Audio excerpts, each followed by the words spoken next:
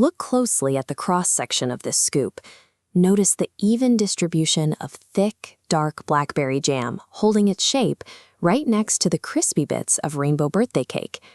The goal today is to master the specific layering technique required to achieve this exact balance of fruit, crunch, and sweet cream in every single bite. The required kitchen equipment is fairly straightforward. You'll need a stand mixer, a baking sheet, a medium pot, an ice cream maker, and your freezer storage containers. Making ice cream from scratch requires patience, but executing this final, precise assembly step is what elevates the results from a basic homemade dessert to a professional product. Step 1 is building the cake inclusions.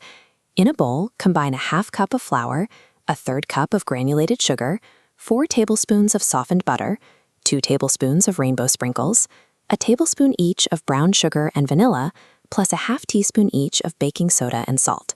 Mix these ingredients on medium speed just until the butter is mostly incorporated. You must stop mixing when the raw batter breaks apart to resemble pea-sized pebbles. Use your hands to scatter that gravel onto a parchment-lined baking sheet. Bake it at 325 degrees Fahrenheit for 12 to 15 minutes until it turns light golden brown. Once it cools completely on the pan, break up any oversized chunks to restore that uniform gravel size. Place the entire baking sheet into the freezer for at least 30 minutes. Freezing the crumble locks the butter in a solid state. When these frozen pieces eventually hit the wet ice cream base, the chilled fat acts as a physical barrier, preventing the cake from absorbing moisture and ensuring it stays crunchy. Step 2 is building the sweet cream. Whisk together your granulated sugar, dry milk powder, and xanthan gum. In a separate medium pot, stir 2 tablespoons of tapioca syrup into 1 1/3 cups of whole milk. Add the dry sugar mixture and whisk vigorously until perfectly smooth. Place the pot over medium heat. Stir it continuously for about 3 minutes, just until the sugar completely dissolves. Keep a close eye on the surface of the liquid here. You are looking for a steady steam rising off the top, but zero bubbling. It is critical that the mixture never reaches a simmer. Pull the pot off the heat immediately. Whisk in 1 1/3 cups of heavy cream until fully combined, then transfer the mixture to an airtight container. Move the container to the refrigerator. It needs to chill for an absolute minimum of 6 hours, though leaving it for a full 24 hours allows for the best flavor development. Keeping the heat below a boil prevents the milk proteins from curdling. Following that up with a thorough, long chill guarantees the fat structure will churn into a smooth mouthfeel. Step 3 is the churn. Measure out exactly 3 cups of your chilled base, then stir in your kosher salt and vanilla extracts. Pour the seasoned base into your ice cream maker and turn it on.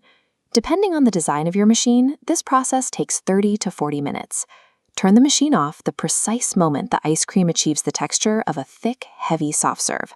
Stopping at this specific consistency gives you the exact physical properties you need for assembly.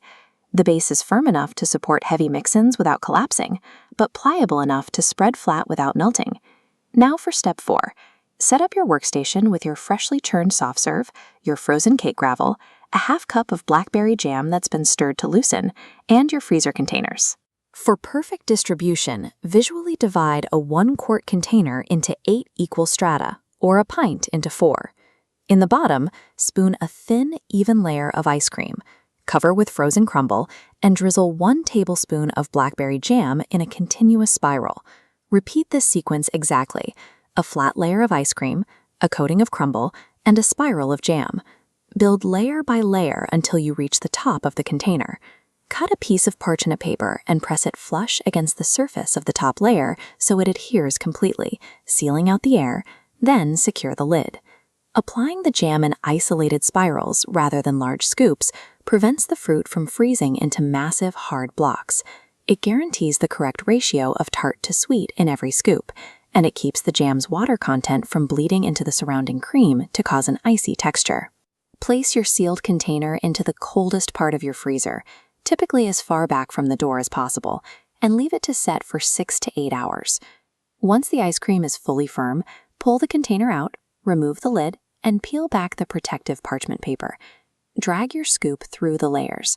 You get a perfectly clean cross-section, revealing the exact structural work you put into the container. By utilizing strict temperature controls during prep and applying a precise mathematical approach to assembly, you turn standard kitchen ingredients into a technically perfect dessert.